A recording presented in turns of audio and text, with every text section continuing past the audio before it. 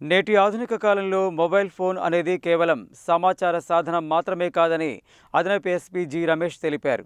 అది ఒక వ్యక్తిగత సమాచారంతో పాటు ఆర్థిక లావాదేవీలకు కీలకమైన వనరు అని పేర్కొన్నారు. నల్గొండ 1 టౌన్ పోలీస్ స్టేషన్ పరిధిలో వివిధ సందర్భాల్లో పోగొట్టుకున్న దొంగతనానికి గురై సుమారు 60 మొబైల్ ఫోన్లను సాంకేతిక పరిజ్ఞానం సహాయంతో పోలీసులు విజయవంతంగా రికవరీ చేశారు. 1 టౌన్ సిబ్బంది K Satyanarayana, IT core team సమన్వయంతో దేశంలోని వివిధ ప్రాంతాల నుండి ఈ ఫోన్లను ట్రేస్ చేసి స్వాధీనం చేసుకున్నారు. రికవరీ చేసిన ఫోన్లను మంగళవారం అదనపు ఎస్పీ జి రమేష్ స్వయంగా పరిశీలించి వాటి అసలు యజమానులకు అందజేశారు. తమ ఫోన్లను తిరిగి పొందిన బాధితులు పోలీసు యంత్రాంగానికి కృతజ్ఞతలు తెలిపారు.